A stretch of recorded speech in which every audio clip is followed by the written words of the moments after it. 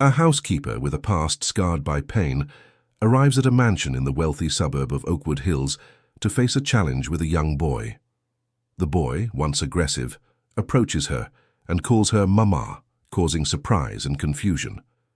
The housekeeper, unknowingly, discovers that the boy is her long-lost son, recognizing an identical birthmark. If this beautiful story of resilience and love has caught your interest, don't forget to subscribe to our channel and tell us what city you're watching from. Continuing on, the rain beat hard against the windows of the mansion in Kensington, London, creating a melancholy symphony that echoed through the marble corridors.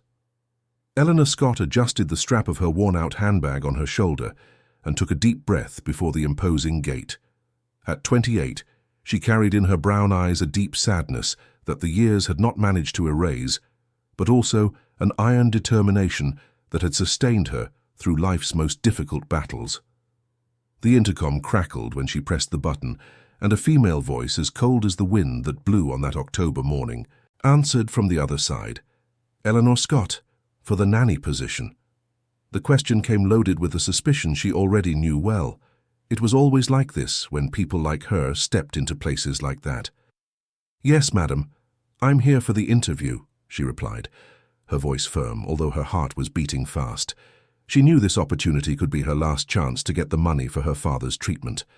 John Scott, 62, had been admitted to St. Thomas's Hospital for 3 weeks, battling a kidney failure that required expensive and urgent care. With each passing day, the hospital bill grew like a mountain impossible to climb with the cleaner's salary she earned. The gate opened with a metallic groan, revealing a garden that looked like it was straight out of a magazine. Eleanor walked along the cobblestone path, observing the perfectly trimmed rose bushes and the majestic oak trees that gave the place a stately air. Her white trainers, worn but always clean, contrasted with the elegance of the surroundings. She felt like an intruder in this world of luxury, but she lifted her chin and kept walking. She needed this job. The main door opened before she even touched the bell. A woman of about 55 appeared at the entrance, wearing a beige linen suit that probably cost more than Eleanor earned in 2 months.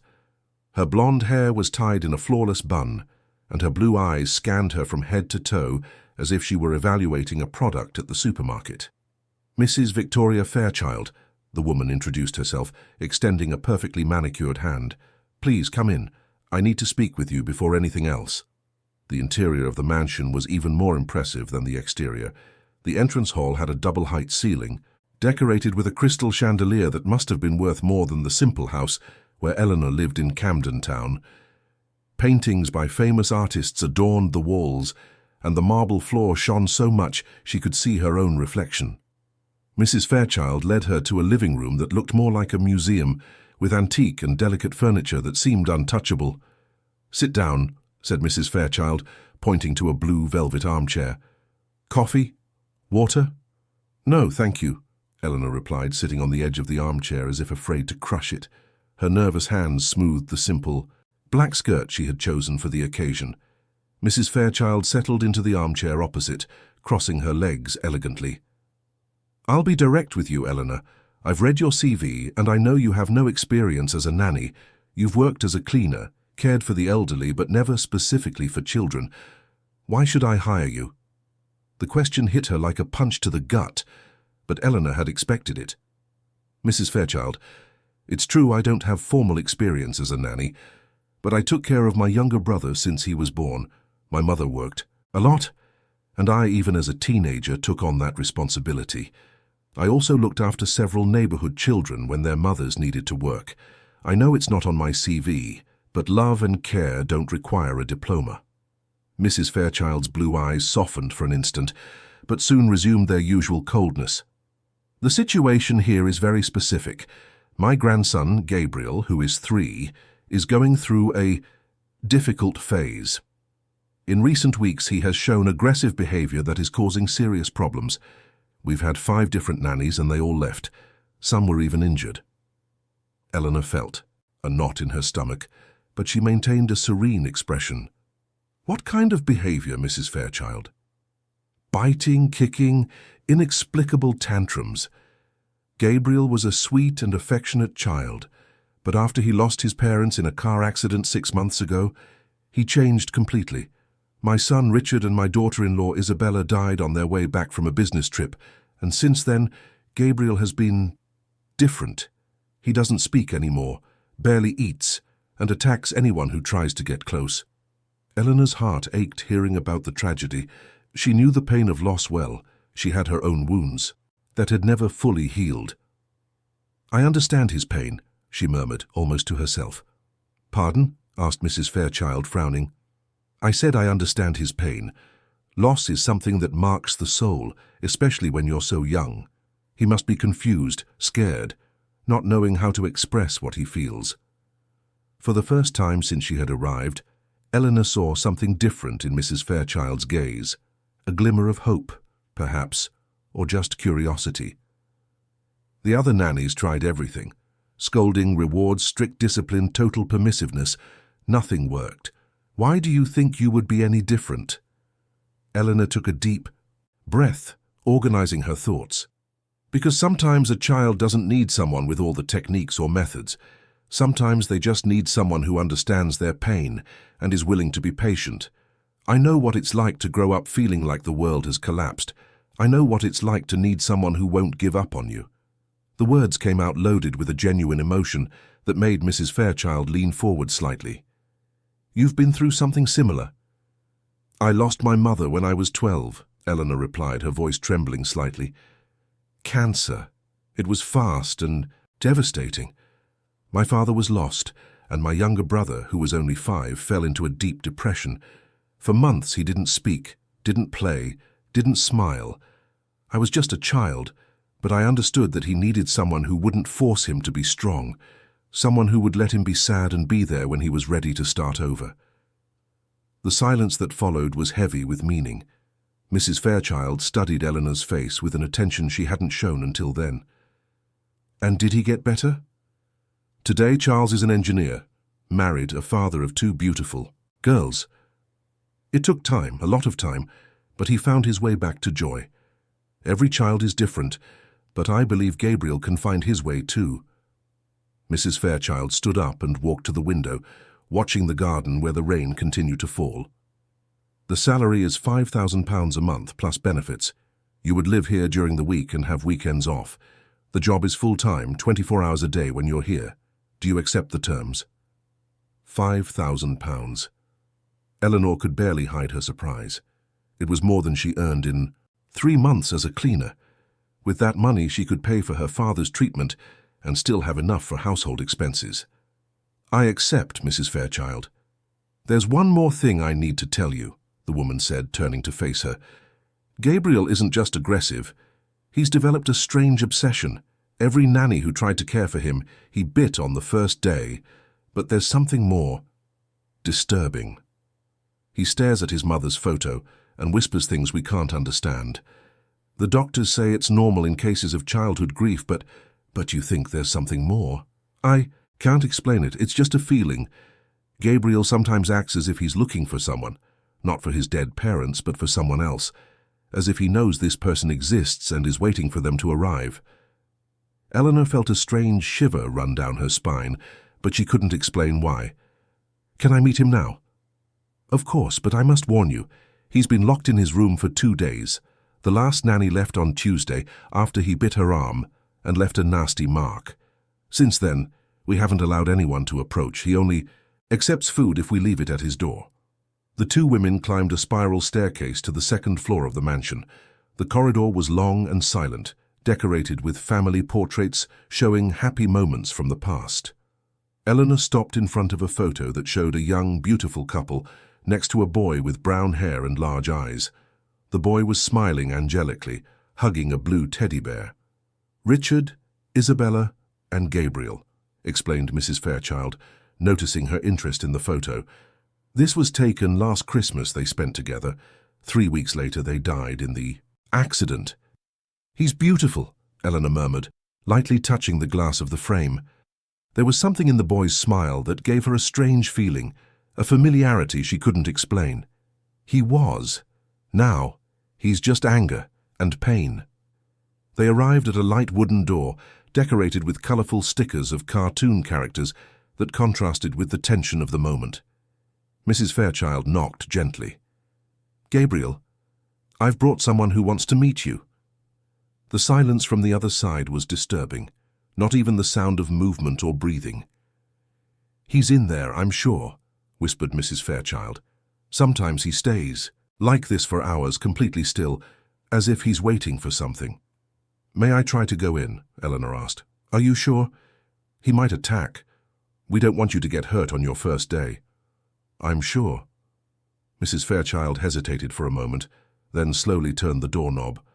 The door opened with a soft creak, revealing a room that should have been a child's paradise, but now looked like a scene of abandonment. Toys scattered on the floor, clothes thrown in every corner, and in the middle of all that mess, huddled in a corner near the window, was Gabriel. The boy was even more beautiful in person than in the photograph, tousled light brown hair, fair skin with rosy cheeks, but his eyes were different. Where once there was joy, now there was only a sadness too deep for such a small child. He was wearing blue pajamas with airplane designs, but they were dirty and wrinkled, as if they hadn't been changed in days. When he saw the two women at the door, Gabriel shrank back even further, like a frightened little animal. His small fists clenched, preparing to attack if anyone came closer. "Gabriel," said Mrs. Fairchild in a firm voice, "this is Eleanor. She's come to take care of you." The boy looked at Eleanor with an intensity that took her breath away.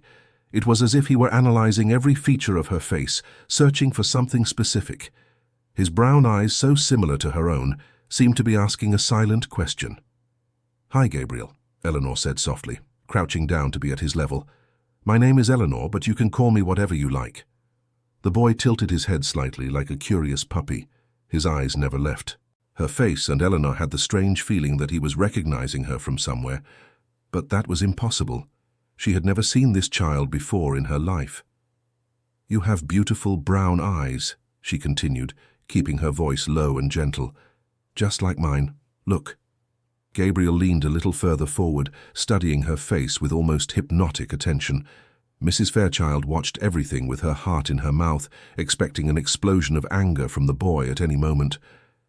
"Can I sit here on the floor with you?" Eleanor asked, pointing to a space near Gabriel, but not too close as to scare him. To Mrs. Fairchild's surprise, the boy nodded. An almost imperceptible movement, but definitely a yes. Eleanor settled on the floor, cross-legged, maintaining a respectful distance. "Your grandmother told me you haven't been feeling very well. I understand what that's like. Sometimes the world gets very big and scary, doesn't it?" Gabriel continued to watch her, but his posture was less tense. His small hands relaxed a little, and he allowed himself to move slightly out of the corner where he was huddled. "You know, when I was little, I also went through a very difficult time. I lost someone very important to me, and for a while I thought I would never be able to smile again. I was so angry at the world, at people, at myself. Is that how you're feeling?" Gabriel's eyes filled with tears, and for the first time in weeks, an expression other than anger appeared on his face. It was as if someone had finally managed to put words to what he felt. "It's okay to be sad, Gabriel. It's okay to feel angry. You don't have to pretend you're okay if you're not. But you also don't have to carry this pain alone." Mrs. Fairchild held her breath as Gabriel began to move. Slowly, like a wary cat, he started to crawl towards Eleanor. With every inch, she remained still, just smiling gently at him. When Gabriel got close enough, something extraordinary happened. Instead of biting or attacking as he had done with all the other nannies, he extended a small hand and touched Eleanor's face with a delicacy that broke the heart of anyone watching. "Moo," Gabriel murmured, and the word came out like a whisper full of hope and longing. Eleanor felt her heart stop for an instant. His voice, the touch of his hand, all of it awakened an emotion she couldn't name. It was as if a forgotten part of her soul had just awakened. "Mummy," Gabriel said more clearly now, and before either woman could react, he threw himself into Eleanor's arms with desperate force. The hug was so intense, so full of need and recognition, that Eleanor felt tears well up in her eyes. Her arms automatically wrapped around Gabriel's small body, and she had the strangest sensation of her life. It was as if she were hugging a part of herself that she had lost long ago. Mrs. Fairchild stood paralyzed at the door, watching a scene that defied all logic. Gabriel, who had attacked 5 different nannies, was now nestled in the arms of a stranger, as if he had found exactly what he was looking for. "My," Gabriel repeated, clinging to Eleanor's blouse tightly as if afraid she would disappear. "I'm here," Eleanor whispered, stroking the boy's soft hair. "I'm here, my love." The words came out naturally, as if she had said them thousands of times before.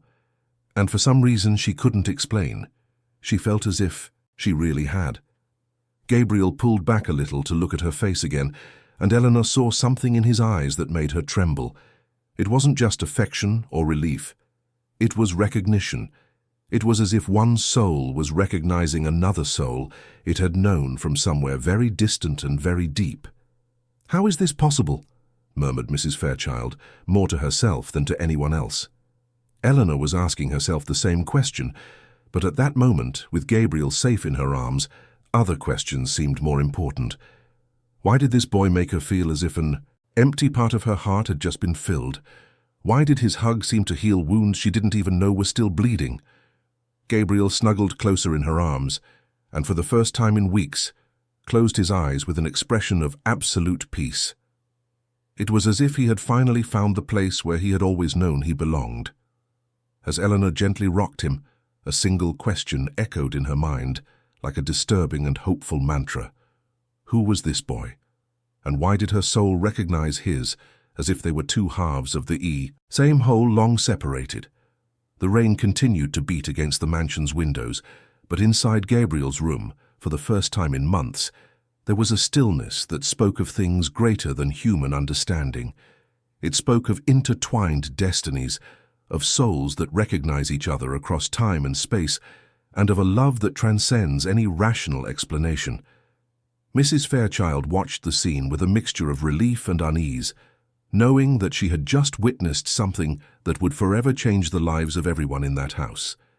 Something had begun in that moment, something she didn't understand, but, which she felt deep in her heart, was bigger and more important than any employment contract could define. The first rays of the next morning's sun streamed through Gabriel's bedroom window, illuminating a scene Mrs. Fairchild had never imagined she would see. Eleanor was sitting in an armchair beside the bed, watching Gabriel sleep peacefully for the first time in months. The boy had a serene expression on his face, his small fists were no longer clenched in a defensive posture, and a slight smile curved his lips as he dreamed. "I don't believe it," Mrs. Fairchild murmured from the doorway holding a breakfast tray. "He slept through the night without nightmares." Eleanor turned, putting a finger to her lips to ask for silence. Her eyes were slightly swollen, revealing that she had spent the night watching over the boy's sleep, but her face radiated a satisfaction she herself couldn't explain. "He only woke up once around 3 in the morning, but I just had to hold his hand and he went back to sleep." "This is a miracle," whispered Mrs. Fairchild, entering the room carefully. "It's been weeks since he slept for more than 2 hours at a time. The doctor said it was common in cases of trauma, but we were beginning to think he would never have a peaceful night again." Eleanor stood up slowly, stretching her sore muscles after a night in the armchair. Children who have been through trauma need to feel safe to be able to rest. Last night I sang him some lullabies my mother used to sing to me when I was little. He seemed to recognize one of them. "Recognize? What do you mean?" "I can't explain it well. When I started singing Rock-a-Bye Baby, he opened his eyes and looked at me as if he had heard that song before. Then he started moving his lips along with me, as if he knew the words." Mrs. Fairchild frowned, a look of confusion on her face. "That's strange. Isabella never sang. She always said she had no talent for music, and neither did Richard. Gabriel has never heard traditional English lullabies." A shiver ran down Eleanor's spine, but she tried to keep her voice calm. "Maybe he learned it at nursery, or with a previous nanny." "No, he never went to nursery. Isabella insisted on taking care of him personally, and the nannies we had before were all foreign. A German, 2 English women, a French one. None of them would have sung traditional British songs. The silence that followed was filled with unasked questions. Eleanor looked at Gabriel, who was beginning to stir in bed, signaling he was waking up. Her heart raced when the boy's brown eyes opened and immediately searched for her. "Mummy," Gabriel said, his voice still hoarse from sleep, stretching his little arms towards her. "Good morning, my love," Eleanor replied automatically, sitting on the edge of the bed and letting him snuggle into her lap. "Did you sleep well?" Gabriel nodded, rubbing his small eyes. Then, to the surprise of both women, he began to hum the melody of Rock-a-Bye Baby softly, remembering perfectly the song Eleanor had sung the night before. "Gabriel," said Mrs. Fairchild, her voice tense, "where did you learn that song?" The boy stopped humming and looked at his grandmother with an expression that mixed confusion and something that looked like fear. He clung tighter to Eleanor, as if protecting himself from something. "It's okay, Gabriel," Eleanor reassured him, stroking his hair. "Grandma's just curious about the song. You don't have to be afraid." "I'm not afraid," Gabriel said, and his voice, though still a child's, carried a determination that impressed both women. "I remember." "Remember what, darling?" Eleanor asked gently. Gabriel looked at her with those deep eyes that seemed to hold secrets too big for a 3-year-old. "I remember you singing to me. I remember your smell, your lap, your voice. I remember you crying." The world seemed to stop. Mrs. Fairchild dropped the breakfast tray, and the sound of shattering crockery echoed through the room like thunder. Eleanor felt as if the air had been sucked from her lungs. "Gabriel," she said in a trembling voice, "we only met yesterday. How can you remember me?" "I don't know," the boy replied with all the sincerity in the world. "But I do. You were always sad, and I wanted you to be happy. You sang so I wouldn't cry, but then you would cry." Tears began to stream down Eleanor's face without her noticing. There was something in those words that touched a very deep part of her soul, a part she had buried so long ago she had almost forgotten it existed. "My God," whispered Mrs. Fairchild, rushing to kneel beside the bed. "Gabriel, are you talking about dreams, about imagination?" "It's not imagination, Grandma. It's real. She is my mother." The sentence fell like a bomb in the silent room. Mrs. Fairchild turned pale, and Eleanor felt as if she might faint. "Gabriel," she said carefully, "your mother was Isabella, remember? She died in the accident with your father." Gabriel shook his head vehemently. "Isabella was nice. I liked her. But she wasn't my real mother. My real mother is here. It's you, Mummy." The boy's words were so certain, so absolute, that there was no way to question them. He wasn't confused or delirious. He was stating something that to him was an undeniable truth. Mrs. Fairchild stood up slowly, stumbling a little. I need to call Dr. Morris. This isn't normal. Traumatized children can develop fantasies, but this—" "Wait," said Eleanor, a terrible idea beginning to form in her mind. "Mrs. Fairchild, can I ask you some questions about Gabriel, about when he was a baby?" "Of course, but I don't understand what—" "When was Gabriel born? Where? Were you there for the birth?" Mrs. Fairchild hesitated, a strange expression crossing her face. "He was born on March 15th, 2021 at the Portland Hospital, but I wasn't at the birth, no. Isabella had some complications in the last months of her pregnancy and had to be on complete bed rest at a private clinic. Richard was traveling a lot for work at that time, expanding the business abroad, so she stayed there until the birth." "Which clinic?" "The St. Helena Clinic in West London. Why are you asking this?" Eleanor's heart began to beat erratically. "What day was he born again?" "March 15th, 2021. Why?" "Eleanor, you're pale. What's happening?" Eleanor hugged Gabriel tighter, feeling as if the world was spinning around her. "Mrs. Fairchild, I need to tell you something. I had a son." The silence that followed was deafening. Mrs. Fairchild sat down heavily in a nearby chair, her eyes fixed on Eleanor's face. "How? When? Where is he?" "He was born on March 15th, 2021, Eleanor said, her voice choked with emotion. "At St. Thomas's Hospital. I was only 25, unemployed, and the baby's father abandoned me when he found out I was pregnant.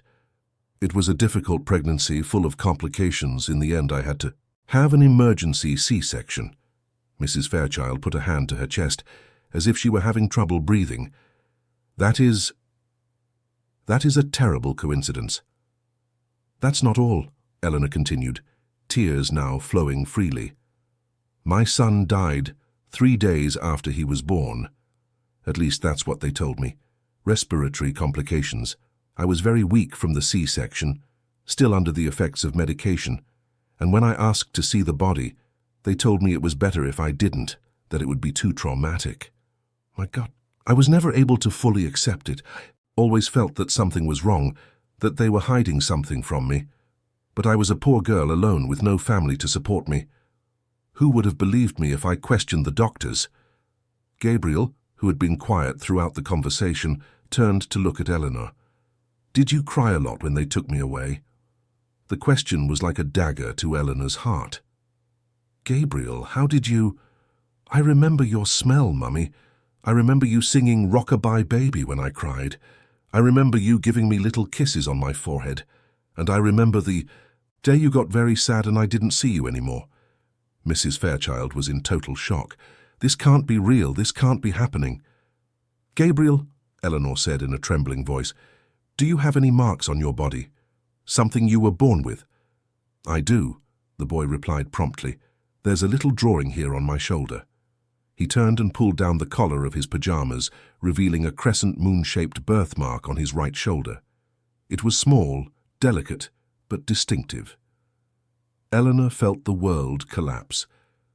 My son had that exact mark, she whispered. In the same place. The same way. No, no, no, murmured Mrs. Fairchild, shaking her head. This has to be a coincidence, it has to be. Gabriel is Richard and Isabella's son. I saw Isabella pregnant. I followed the whole pregnancy. Did you see the birth? No, but... Did you see Gabriel as a newborn in the hospital? No. Isabella was hospitalized for a few days, and when they brought Gabriel home, he was already 3 weeks old. 3 weeks, Eleanor repeated, her mind working frantically. 3 weeks is enough time for many things. Gabriel snuggled closer to Eleanor, as if he could feel the emotional storm happening around him. Mummy, you're not going to be sad anymore. I don't know, my love, I don't know. Mrs. Fairchild stood up abruptly. I need to think. I need to call Dr. Morris. I need to check some documents. This can't be true. And if it is, Eleanor asked, what if Gabriel really is my son? Then our entire family was built on a lie, Mrs. Fairchild replied in a hollow voice, and I don't know how we're going to deal with that. She left the room hastily, leaving Eleanor alone with Gabriel. The boy looked at her with those eyes that were too wise for his age. Are you going to stay with me now, Mummy? I don't know, Gabriel. The situation is very complicated. But do you love me? The question was so simple, so direct, that Eleanor felt her heart break. Yes, she said without hesitation. Yes, I love you. I can't explain how or why, but from the moment I saw you yesterday, I felt something I've never felt before, a connection that goes beyond any explanation. Gabriel smiled for the first time since his adoptive parents had died. It was a luminous smile that completely transformed his face. I knew you would come back for me. I always knew. How did you know? Because real mothers always come back for their children. Always. Eleanor hugged Gabriel with all the strength she had, allowing herself for the first time in years to feel the hope that maybe, just maybe, fate was correcting a terrible mistake that had been made 3 years ago. Meanwhile, downstairs, Mrs. Fairchild was on the phone with Dr. Morris, the family pediatrician, reporting the strange events of the morning. On the other end of the line, she heard the doctor's concerned voice. Victoria, what you're describing to me is very serious. If there's any possibility that Gabriel isn't really Richard and Isabella's son, we need to investigate immediately. But how would that be possible, Doctor? How could something like that have happened? There are more cases of baby swapping or illegal sales than people imagine, especially involving wealthy families who have difficulty conceiving and people in socially vulnerable situations. If Isabella really had complications during her pregnancy and was admitted to a private clinic, the St. Helena Clinic, I know the clinic. It had some scandals a few years ago, but nothing was ever proven. Victoria, I need to suggest something that might be painful. Go on. We need to do a DNA test between Gabriel and this young woman, Eleanor. It's the only way to know the truth. Mrs. Fairchild closed her eyes, feeling the weight of the decision she was being forced to make. And if it comes back positive, Doctor? What if Gabriel really is her son? Then you will have to make some very difficult decisions about custody, about what's best for Gabriel, about how to deal with 3 years of a life built on a possible lie. After hanging up the phone, Mrs. Fairchild went to Richard's office, which had remained untouched since his death. She needed to look through the documents, Isabella's medical papers, anything that could clarify the situation. What she found in the locked drawer of the desk made her sit down heavily in her dead son's leather chair. They were documents from the St. Helena Clinic, but they weren't just ordinary medical papers. They were contracts, agreements, papers that mentioned special procedures and discreet arrangements. A name appeared several times in the documents: Dr. Edward Sinclair, the clinic's medical director. And along with his name, there were handwritten notes from Richard himself about situation resolved and documentation regularized. Mrs. Fairchild felt nausea rise in her throat. Her mind, which had resisted the terrible idea that was forming, could no longer deny the evidence before her eyes. Richard and Isabella hadn't just adopted Gabriel, they had bought a baby. And if Eleanor was telling the truth about her dead son, then Gabriel hadn't been abandoned or voluntarily given up for adoption. He had been stolen from a mother who believed he was dead. The phone rang, interrupting. Her thoughts. It was Dr. Morris again. Victoria, I managed to get some information about the St. Helena Clinic. They were shut down in 2022 for serious irregularities. Dr. Edward Sinclair is under investigation for an illegal baby-selling scheme. Apparently, they would convince vulnerable mothers that their babies had died at birth and sell the children to wealthy families who couldn't conceive. Mrs. Fairchild dropped the document she was holding. My God. There's more. They found records of at least 15 cases in the last 5 years. Victoria, I need you to be honest with me. Is there any chance that Richard and Isabella knew about something irregular? Mrs. Fairchild looked at the papers scattered on the desk, watching her entire family life crumble before her eyes. Doctor, she said in a choked voice, I think my son was not the man of integrity I thought he was. While Mrs. Fairchild was dealing with the terrible discovery downstairs, Eleanor was in the room with Gabriel, playing for the first time since she had arrived at the mansion. The boy had found a set of building blocks and was constructing towers with adorable concentration. Look, Mummy, he said proudly, showing her a colourful tower. I made this for you. It's beautiful, my love, Eleanor replied, her heart warming. You're very clever. Gabriel smiled and continued to play, but every now and then he would stop to look at her, as if making sure she wouldn't disappear. Mummy? Yes, love. When I was very, very little, before you got sad, did you sing other songs to me? Eleanor felt a lump in her throat. What songs do you think I sang? Gabriel thought for a moment, then began to hum a melody that made Eleanor's blood run cold. It was Twinkle, Twinkle, Little Star, exactly as she used to sing it, with the same variations in the melody that her own mother had taught her. Gabriel, she whispered, where did you learn that song? From you, Mummy. You used to sing it when I was hungry, remember? Eleanor was about to answer when Mrs. Fairchild appeared at the bedroom door. Her face was pale, and she held some papers in her trembling hands. Eleanor, she said in a hoarse voice, I need to talk to you. Now. The urgent tone in the woman's voice made Eleanor stand up immediately. Gabriel, keep playing. With your blocks. Mummy will be right back, okay? Okay, the boy replied, but Eleanor could see the anxiety in his eyes. The two women went out into the hallway, and Mrs. Fairchild closed the bedroom door before she started to speak. I found some documents in Richard's office, she said, handing the papers to Eleanor. I think you need to see this. Eleanor took the documents and began to read. With each line, her face grew paler. It can't be, she murmured. This can't be real. Dr. Morris called me. The St. Helena Clinic is being investigated for illegally selling babies. They convinced vulnerable mothers that their children had died and sold the children to wealthy families. Eleanor leaned against the wall, feeling her legs weaken. So, Gabriel could really be your son. And if it's true, it means my son and daughter-in-law bought a stolen child, knowing they were destroying a mother's life. The two women looked at each other, the weight of the revelation creating a silence charged with conflicting emotions. Anger, sadness, hope, fear, it all swirled together in a vortex that neither of them knew how to process. "What do we do now?" Eleanor asked.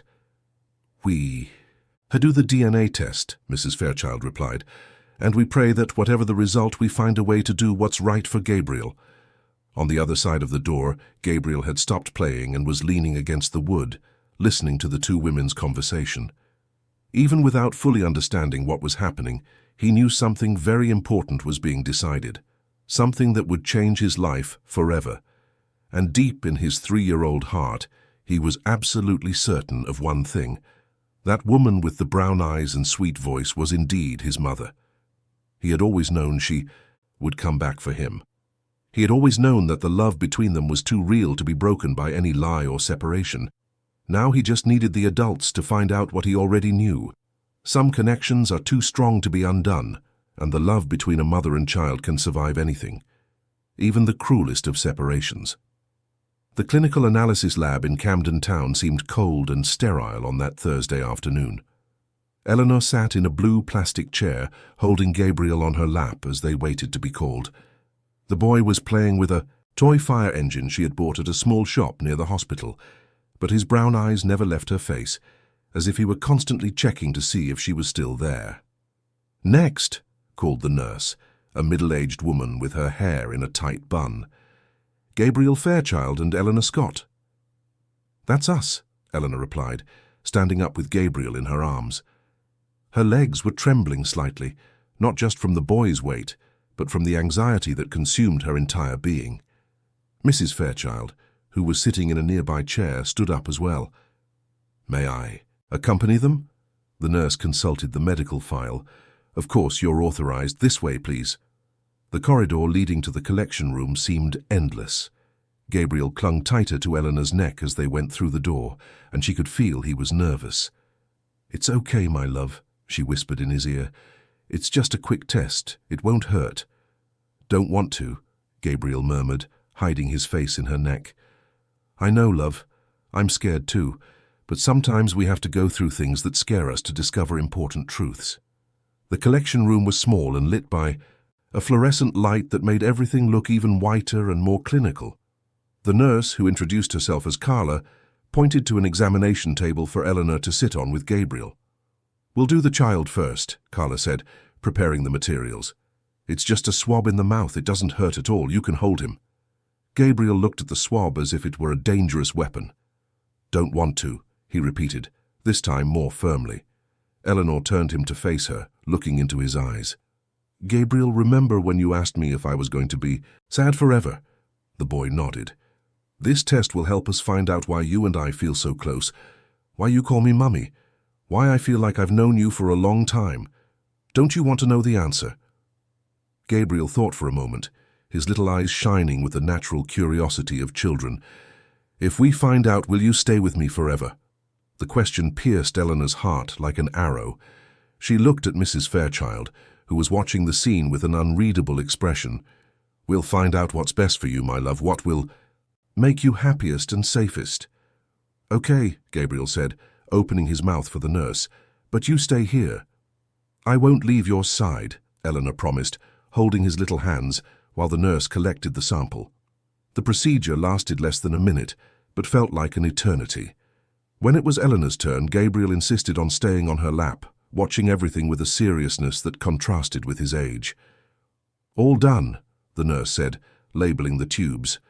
"The result will be ready in 48 hours. Dr. Fernanda will call when it's available." 48 hours, Mrs. Fairchild repeated as they left the lab. 48 hours to find out if our entire lives are about to change. Eleanor put Gabriel down so he could walk, but he immediately took her hand, intertwining his little fingers with hers. Mrs. Fairchild, regardless of the result, I want you to know that I will never try to take Gabriel out of your life. He loves you, and I know you love him too. And if he really is your biological son, you won't want to take him away." Eleanor stopped walking, forcing Mrs. Fairchild to stop too. "If Gabriel is my son, then he was stolen from me as a baby, but that doesn't erase the 3 years he lived as your grandson. You raised him, loved him, cared for him. That has value, that matters." Mrs. Fairchild's eyes filled with tears for the first time since Eleanor had met her. "Thank you for saying that. I'm so afraid of losing him. He's all I have left of Richard." Gabriel, who had been paying attention to the adults' conversation, let go of Eleanor's hand and ran to hug Mrs. Fairchild's legs. "Don't be sad, Grandma. I like you." "I like you too, my little—" "Grandson," she replied, bending down to hug him. "Very, very much." "And I like Mummy too," Gabriel said, extending his other hand to Eleanor. "Can I like both?" "Of course you can, love," Eleanor replied, taking his hand. "The heart has room for a lot of love." The 2 days that followed passed in a strange mixture of normality and tension. Eleanor had officially moved into the mansion and was establishing a routine with Gabriel that felt too natural to be a coincidence. He would wake up and the first thing he did was look for her. He refused to eat if she wasn't nearby. At night, he could only fall asleep if she sang the same songs he seemed to have known forever. "It's impossible that this is just luck," Mrs. Fairchild commented on Friday morning, watching Eleanor and Gabriel play in the garden through the kitchen window. "The way they complement each other, how he responds to her. It's like 2 pieces of a puzzle that have finally clicked into place." Teresa, the cook who had worked at the house for 15 years, shook her head as she prepared breakfast. "Mrs. Fairchild, in all these years I've never seen Gabriel behave like this with anyone. Not even with Isabella herself did he have this natural connection." "What do you mean?" "Well," Teresa lowered her voice, as if about to tell a secret, "Gabriel has always been an affectionate child, but with Isabella he seemed too formal, as if he was being polite, you know. I never saw him throw himself into her arms like he does with Eleanor. I never saw him look for her when he was scared." Mrs. Fairchild frowned. She had noticed this too, but had always attributed it to Isabella's reserved temperament. "Do you think he knew something?" "I think children feel things we don't understand, Mrs. Fairchild. They have an instinct we lose when we become adults." Outside in the garden, Eleanor was pushing Gabriel on a swing that had been installed under a century-old oak tree. His laughter echoed through the garden like music, a sound that hadn't been heard in that house for months. "Higher, Mummy!" Gabriel shouted, throwing his head back and laughing with all the freedom in the world. "Not too high or you'll fly away," Eleanor joked, giving the swing another push. "If I fly away, will you come get me?" The question, asked with all the innocence of a child, made Eleanor gently stop the swing. "Always, my love. No matter where you are, I will always come and get you." Gabriel jumped off the swing and ran to hug her. "Promise?" "I promise." "Even if I'm very, very far away? Even if you're on the other side of the world?" Gabriel hugged her tighter. "I knew you would find me. When Isabella died, I was sad for her, but I wasn't scared, because I knew you were coming." Eleanor felt a shiver run down her spine. "How did you know?" "Because I dreamed of you. Every night I dreamed you were singing to me and giving me a little kiss on my forehead. When I woke up and you weren't there, I got angry. That's why I bit the other ladies. They weren't you." Gabriel's words were so certain, so absolute, that Eleanor couldn't hold back her tears. "Gabriel, you are a very special boy. You know that?" "You're special too, Mummy. That's why you're my real mum." Eleanor's mobile phone rang at that moment.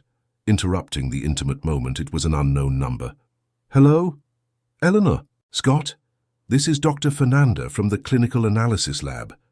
Eleanor's heart stopped. "Dr. Fernanda, is the result ready?" "Yes. Can you come and pick it up this afternoon, or would you prefer I tell you over the phone?" Eleanor looked at Gabriel, who was watching a butterfly that had landed on a nearby rose. "You can tell me over the phone." "Are you sure? These are important results. Perhaps it would be better—" "Please, doctor, I need to know." There was a pause on the other end of the line. Eleanor, the paternity test, or rather maternity, came back. Positive. There is a 99.9% probability that Gabriel is your biological son. The phone fell from Eleanor's hand, landing on the grass with a muffled thud. Gabriel looked up from the butterfly and ran to her when he saw her expression. "Mummy? Why are you crying?" Eleanor knelt on the grass and hugged Gabriel with all the strength she had, allowing all the years of pain, longing, and emptiness to finally surface. "Because now I'm sure that you are really my son, my love, my boy that I thought I had lost forever." "I always knew," Gabriel said simply, as if it were the most obvious thing in the world. "I always knew you were my mummy." Mrs. Fairchild, who had come out into the garden upon seeing the phone fall, approached slowly. "Eleanor, what happened?" "The result," Eleanor said in a choked voice, looking up to face the woman who had raised her son for 3 years. "Gabriel is my son." The world seemed to stop for a moment. Mrs. Fairchild sat down heavily on a nearby bench, her face as pale as paper. "So it's true. All of it is true." "Grandma," Gabriel said, running to her. "Why? Are you sad? Now we can be a big family, you, me, and Mummy." The child's innocence contrasted painfully with the complexity of the situation. Mrs. Fairchild looked at Gabriel, then at Eleanor, trying to process a reality that would change everything she knew about her own family. "Gabriel is right," Eleanor said, wiping away her tears. "We don't have to see each other as enemies. We can find a way to make this work for his sake." "How?" Mrs. Fairchild asked in a hoarse voice. "How do we deal with the fact that my son bought a stolen child? How do we deal with the fact that you lost 3 years of your own son's life?" The anger Eleanor had been suppressing since the discovery of the documents finally surfaced. "I missed his first steps. I missed his first words. I missed 3 years of good-night kisses, of lullabies, of plasters on scraped knees. 3 years that I will never get back." "Eleanor." "But at the same time," she continued, controlling her voice, "I know you loved Gabriel. I know he had affection, care, a good life. As much as it hurts to admit, I know that in some ways he had a better life here than he would have had with me in those first few years." Mrs. Fairchild stood up and walked to the rosebush, touching the petals of a white rose with trembling fingers. "Richard was a good man, most of the time. I can't understand how he did this, how he was capable of participating in something so cruel. Maybe he convinced himself he was doing good. Maybe he believed he was giving Gabriel a better life. That doesn't justify it.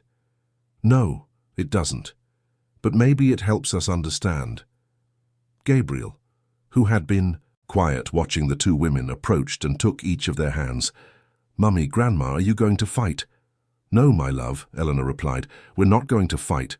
We're going to talk and find a way to make everything right." "Because I like you both very much," Gabriel said with all the seriousness in the world, "and I don't want anyone to be sad." Mrs. Fairchild knelt to be at Gabriel's level. "No one is going to be sad, my little grandson. We're going to find a way for everyone to be happy. Promise? I promise." Later that evening, after Gabriel had gone to sleep, Eleanor and Mrs. Fairchild sat in the living room to have the most difficult conversation of their lives. The tension in the air was almost palpable, but they both knew they needed to define the future right then and there. "Legally, you have every right to take Gabriel away," Mrs. Fairchild began. "He is your son. He was stolen from you." "But emotionally, things aren't that simple," Eleanor replied. "Gabriel has lived here for 3 years. This is the only home he knows. You are the only family he knows. Until yesterday. That's true. But 3 years is a long time in a child's life. I can't just rip him away from the only life he's ever known, no matter how much it's my legal right." Mrs. Fairchild leaned forward, her hands clasped in her lap. "What are you proposing?" "I'm proposing that we think about what's best for Gabriel, not what's best for us. He needs stability, love, security. If we can give that to him together, why don't we try?" "You would stay here, living in the house?" "For now, yes. Until Gabriel gets used to the new reality. Until we find an arrangement that works for everyone." Mrs. Fairchild sighed deeply. Eleanor, I need to tell you something I found out today while you were with Gabriel. What is it? I spoke with the family lawyer, Mr. Harrison.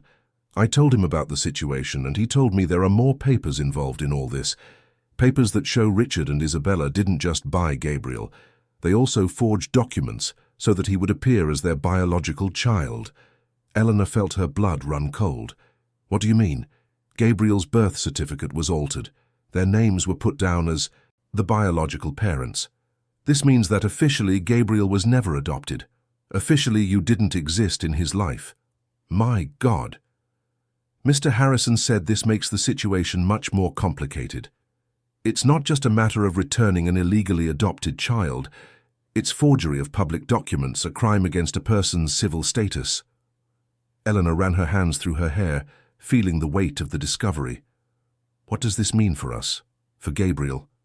It means we're going to have to involve the justice system. It means there will be a formal investigation. It means Gabriel's life is going to be turned upside down while all of this is sorted out. And he'll have to go through interrogations? Psychological evaluations? Probably.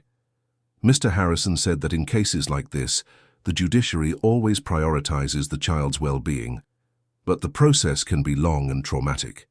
Eleanor stood up and walked to the window, looking out at the garden where, just hours before, Gabriel had played with such joy. I can't let him go through that, not after everything he's already suffered. So what do you suggest? I suggest we find a way to resolve this between us without involving the courts. At least for now. Gabriel has already lost the parents he knew. He can't lose his stability too. Mrs. Fairchild joined her at the window. You would give up your legal rights to protect Gabriel? I would never give up my rights as a mother. Never. But I would give up a legal battle that would only hurt him. We can find a way for both of us to be present in his life. Like a non-traditional family. Exactly. Gabriel doesn't have to choose between us. He can have both of us.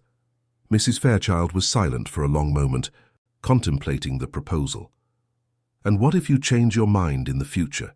What if you meet someone, get married, want a life of your own? My own life includes my son. Anyone who comes into my life will have to accept Gabriel, and by extension, you as well. That's how families work. Even though I'm part of the family that stole him from you? You didn't steal Gabriel from me, Mrs. Fairchild.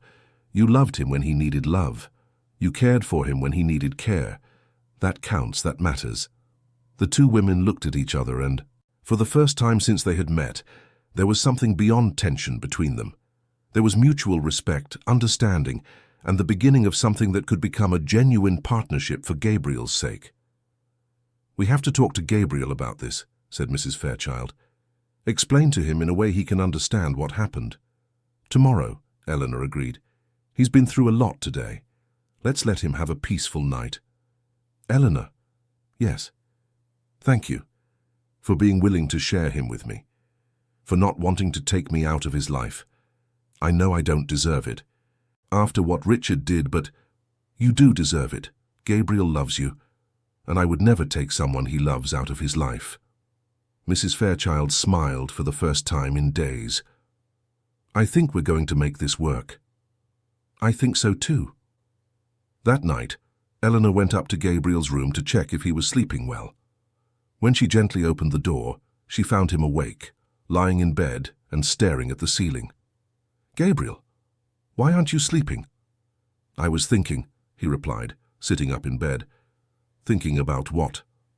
About you leaving. Eleanor sat on the edge of the bed and stroked his hair. I'm not leaving, my love. I promised I would stay, remember. But what if you change your mind? I won't change my mind. You are my son, Gabriel. Mothers don't abandon their children. Gabriel looked at her with those overly wise eyes. But you might get angry with me, like when I bit the other ladies. Gabriel, do you want to know why you bit the other ladies? He nodded. Because they weren't me. Your heart knew that I existed, that I was somewhere looking for you, so you rejected anyone who tried to take my place. Is my heart clever? Very clever. More clever than any adult. Gabriel smiled and snuggled up to her. Mummy? Yes, love. I love you. I love you too, my boy, more than you can ever imagine. Forever? Forever and always. Gabriel closed his eyes, finally relaxing completely. In a few minutes he was asleep in Eleanor's arms, a serene smile on his face. As she gently rocked him, Eleanor reflected on everything that had happened in the past few weeks. Her life had changed completely. She had found the son she thought she had lost, discovered a terrible truth about how he had been taken from her, and was now navigating a complex situation that required a maturity and generosity she didn't even know she possessed. But looking at Gabriel sleeping in her arms, she knew it was all worth it. Every tear, every moment of pain, every day of the last 3 years when she had felt a part of herself was missing, it had all led to this moment.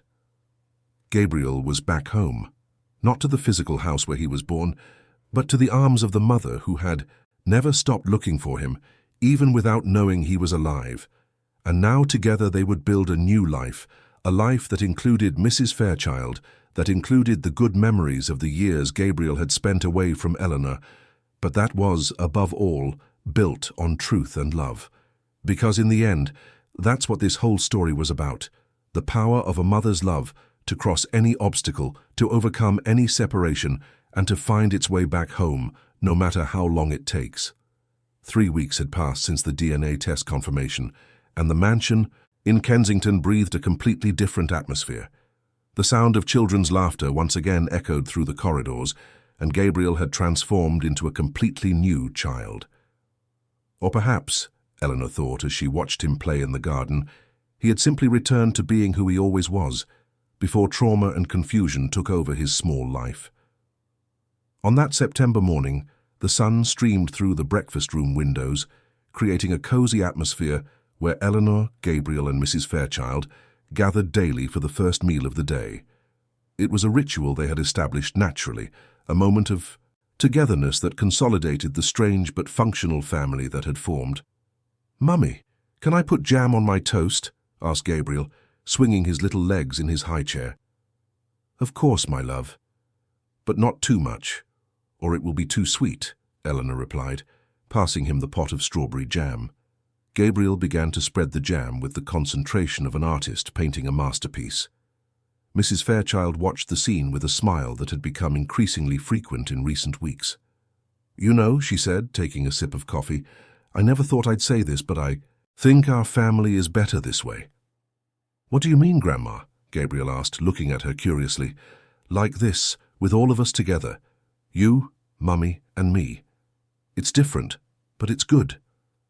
Eleanor smiled, feeling the warmth of genuine acceptance in Mrs. Fairchild's voice. The past few weeks had been an emotional roller coaster, but also a period of important discoveries. Discoveries about Gabriel, about themselves, and about how love can take forms that defy all social conventions. "Mr. Harrison is calling today to talk about the process," Mrs. Fairchild commented, changing the tone of the conversation. "He said he managed to get some new information about the St. Helena Clinic." Eleanor nodded, but glanced meaningfully at Gabriel, signaling that this topic should be discussed later, away from the child's ears. "Gabriel," she said, "how about you go play with the new toys that arrived yesterday?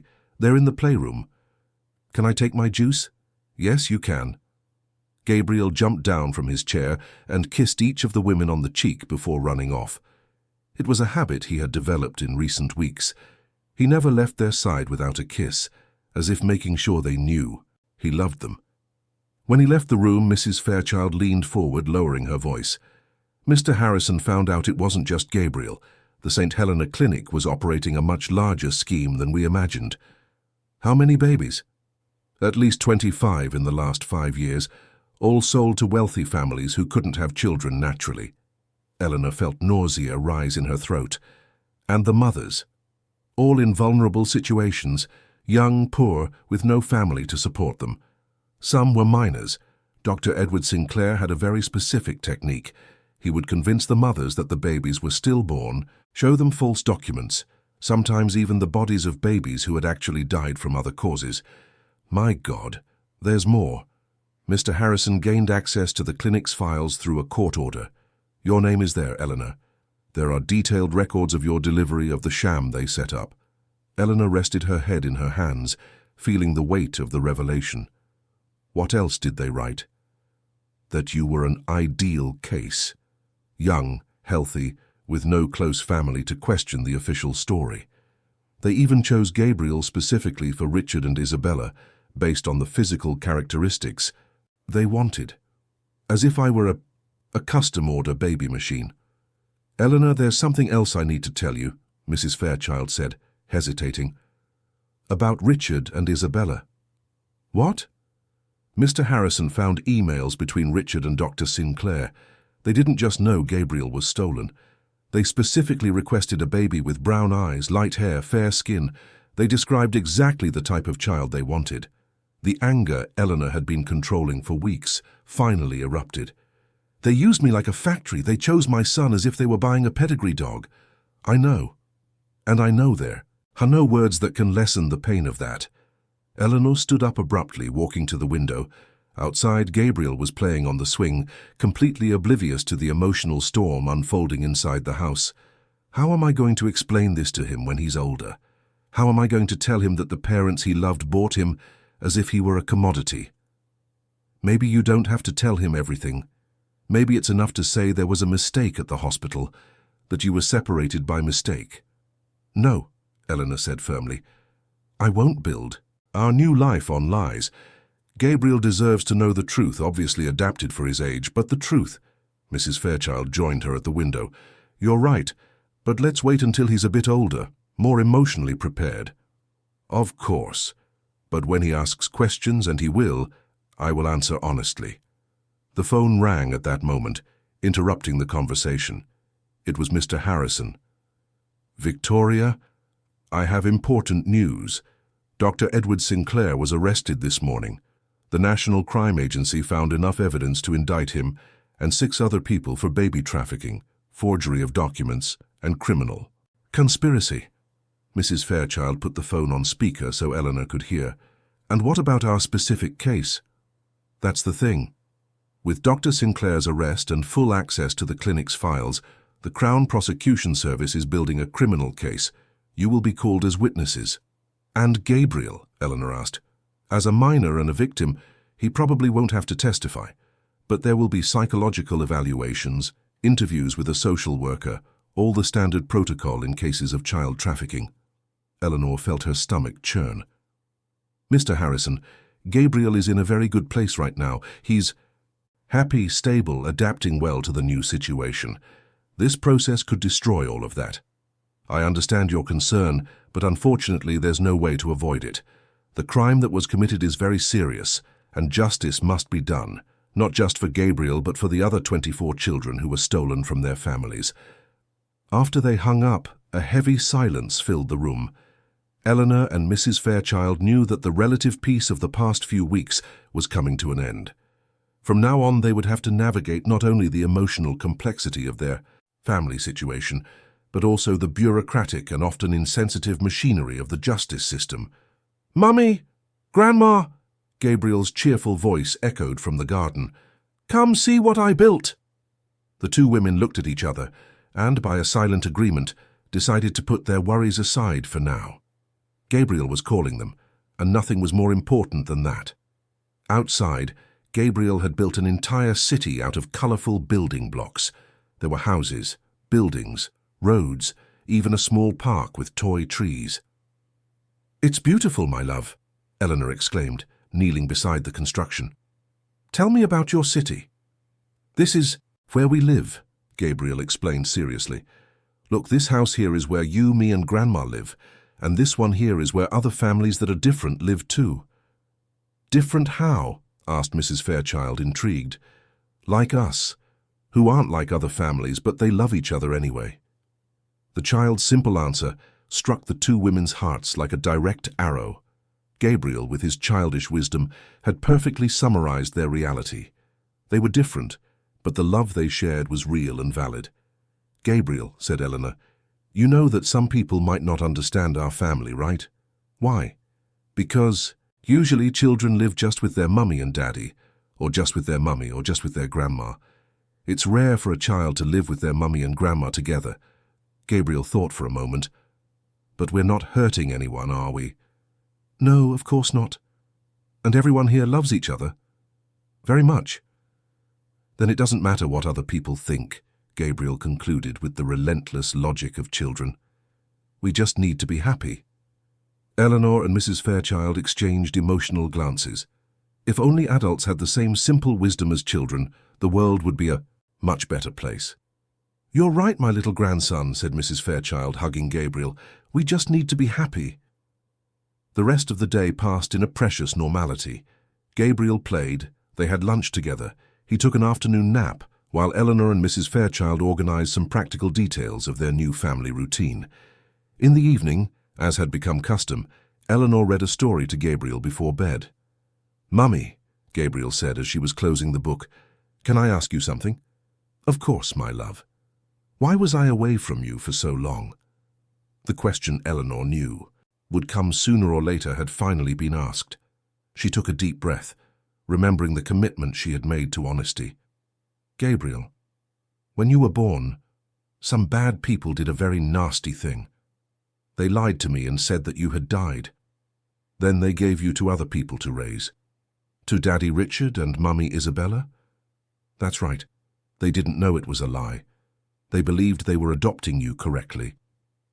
Gabriel processed the information with the seriousness of an adult. And you were sad because you thought I had died? Very sad. I cried. Every day for a long time. I'm sorry, Mummy. It wasn't your fault, my love. You were just a tiny baby. It was the fault of the bad people who told lies. But now we're together again. Now we're together again. Gabriel snuggled closer to her, thoughtful. Mummy, were Daddy Richard and Mummy Isabella bad people? The question was like a punch to the gut. Eleanor knew this was the hardest part of the whole situation. How to explain to a child that the people he loved had participated in something so wrong. Gabriel, they did a very bad thing, but that doesn't mean they were completely bad people. Sometimes good people do bad things because they are desperate or confused. Like when I bit the other ladies? Yes, a bit like that. You did something wrong, but you weren't a bad boy. You were just confused and scared. Gabriel nodded, seeming satisfied with the explanation. Can I still remember them fondly? Of course you can, my love. They loved you very much, and you can continue to love the good memories you have of them. Okay. Gabriel yawned, finally relaxing into sleep. Mummy? Yes? Thank you for finding me. Thank you for never giving up on me, even without knowing I existed. Gabriel smiled and closed his eyes. In a few minutes, he was fast asleep. Eleanor watched him for a long time, marveling at the adaptability of children. Gabriel had been through traumas that would destroy many adults, but there he was, sleeping peacefully, confident in the love that surrounded him. When she went down to the living room, she found Mrs. Fairchild reading on a sofa. The woman looked up when she saw her enter. How did the talk go? Better than I expected. He asked the right questions, accepted the answers, and didn't seem traumatized. Children are more resilient than we imagine. That's true. Eleanor sat in the armchair opposite her. Mrs. Fairchild, I need to say something. Go on. Thank you. For everything. For loving Gabriel when I couldn't. For taking care of him. For being willing to share him with me now. I know it's not easy for you. It's not easy for you either. Sharing your son with the family that stole him from you requires a generosity I don't know if I would have.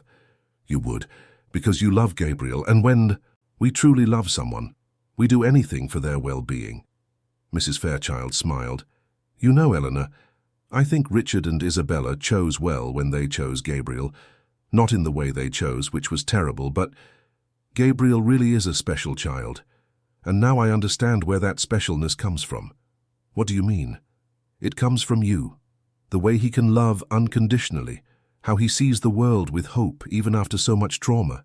How he accepts our strange family without question. He inherited that from you. Eleanor felt tears forming in her eyes. Thank you for saying that. It's the truth, and I want you to know that I don't regret anything that has happened in these past few weeks. Our family may be unconventional, but it's real. It's full of love, and that's what matters. That night, the two women talked late, planning the future, discussing strategies for dealing with the upcoming criminal proceedings, and most importantly, reinforcing their mutual commitment to protect Gabriel from any turmoil that might shake the stability he had finally found. The following week, Mr. Harrison brought news that completely changed the course of the process. During the National Crime Agency's investigation, they had discovered that Dr. Sinclair kept detailed records of all transactions, not just the names of the babies and the families involved, but also phone recordings, emails, and even photographs. "What does this mean for us?" Eleanor asked when Mr. Harrison came to the mansion for a meeting.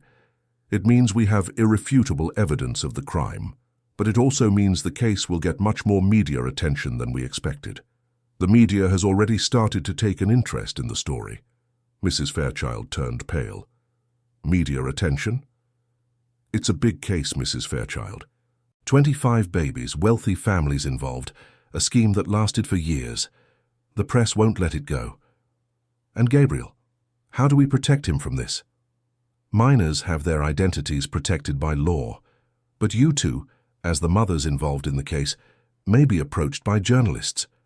Eleanor felt a chill. The idea of exposing Gabriel, even indirectly, to a media circus was terrifying.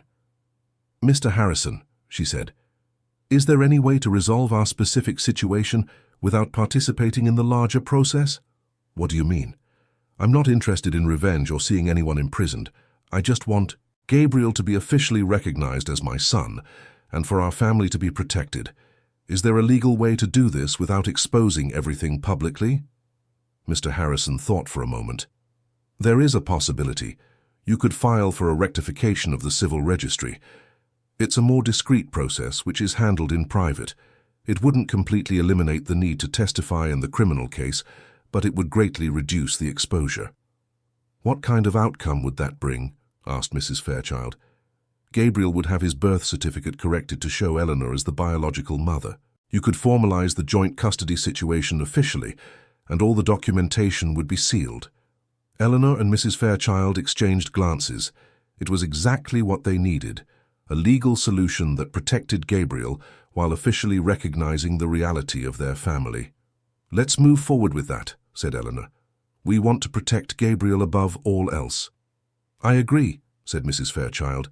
"His well-being is the priority." That night, after Gabriel was asleep, Eleanor went out into the garden to think. The past few weeks had been an emotional roller coaster, but looking back, she realized that every challenge had strengthened not only her relationship with Gabriel, but also her unlikely partnership with Mrs. Fairchild. She was contemplating the stars when she heard footsteps on the grass. Mrs. Fairchild approached, carrying 2 cups of tea. "I thought you might want some company," she said, offering one of the cups. "Thank you, I really needed this." They sat on the garden bench in comfortable silence for a few minutes. "Eleanor," said Mrs. Fairchild finally, "can I ask you something?" "Of course." "Have you ever thought about having more children?" The question took Eleanor by surprise. "Why?" "Because Gabriel asked today if he'll ever have siblings, and it made me think, you're young, you have so much love to give. It would be natural if you wanted to expand your family." Eleanor smiled. "To be honest, after losing Gabriel, I could never imagine having other children. It was as if a part of me had closed itself off to that possibility. But now that I have him back, I feel like my heart is opening up again. I don't know if I want more children, but at least I can imagine the possibility without feeling pain. And if you have children, will they also be part of our strange family?" Eleanor laughed. "I think so. Gabriel has already made it clear that he considers you an integral part of the family. Any sibling he has will also grow up knowing you as grandma." "That makes me very happy," Mrs. Fairchild said sincerely. "Very happy indeed." They finished their tea watching the stars, each lost in her own thoughts about the future. A future that, a few weeks ago, seemed uncertain and frightening, but now showed itself to be full of positive possibilities. Gabriel was safe, loved, and finally where he belonged. And maybe, Eleanor thought, that was the true lesson of this whole ordeal. That family isn't just about blood or legal papers. Family is a choice. It's commitment. It's unconditional love that persists even when all seems lost. And in that small mansion in Kensington, a very special family had been born from the ashes of tragedy, proving that love always finds a way to heal the deepest wounds and build something beautiful on the wreckage of what was lost. 6 months had passed since that first meeting in Gabriel's room, and the arrival of autumn brought with it profound changes in the lives of the family that had formed so unexpectedly.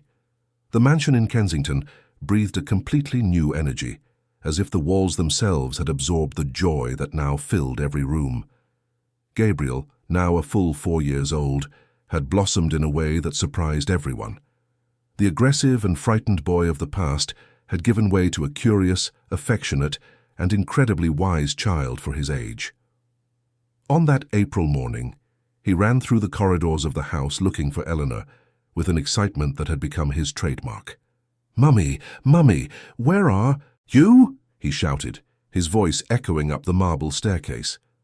"I'm here in the office, my love," Eleanor replied from Richard's old office, which she had transformed into a small studio where she worked on crafts to sell at a handmade goods shop in Camden Town. Gabriel ran into the room, stopping abruptly when he saw Eleanor focused on painting a small ceramic sculpture. "Wow! It's looking beautiful." "Thank you, my love. It's an angel for Mrs. Clara at the shop. She ordered a dozen. Can I help?" "Of course you can, but first give me a hug. I've missed you since I woke up." Gabriel threw himself into her arms with the full force of his small body, as he did every morning. It was a ritual they had developed. No matter where they were in the house, the first thing Gabriel did upon waking was to find Eleanor for his morning hug. "Did you sleep well?" she asked, smoothing his hair, which was still tousled from sleep. "I dreamed we were flying in the park," Gabriel recounted, his eyes shining with the memory of the dream. "You, me, and Grandma. We flew all over the city showing everyone how happy we are." Eleanor's heart filled with that warm feeling that had become a constant in her life, the absolute certainty that she was exactly where she was supposed to be. "What a beautiful dream. And did you like flying?" "I loved it.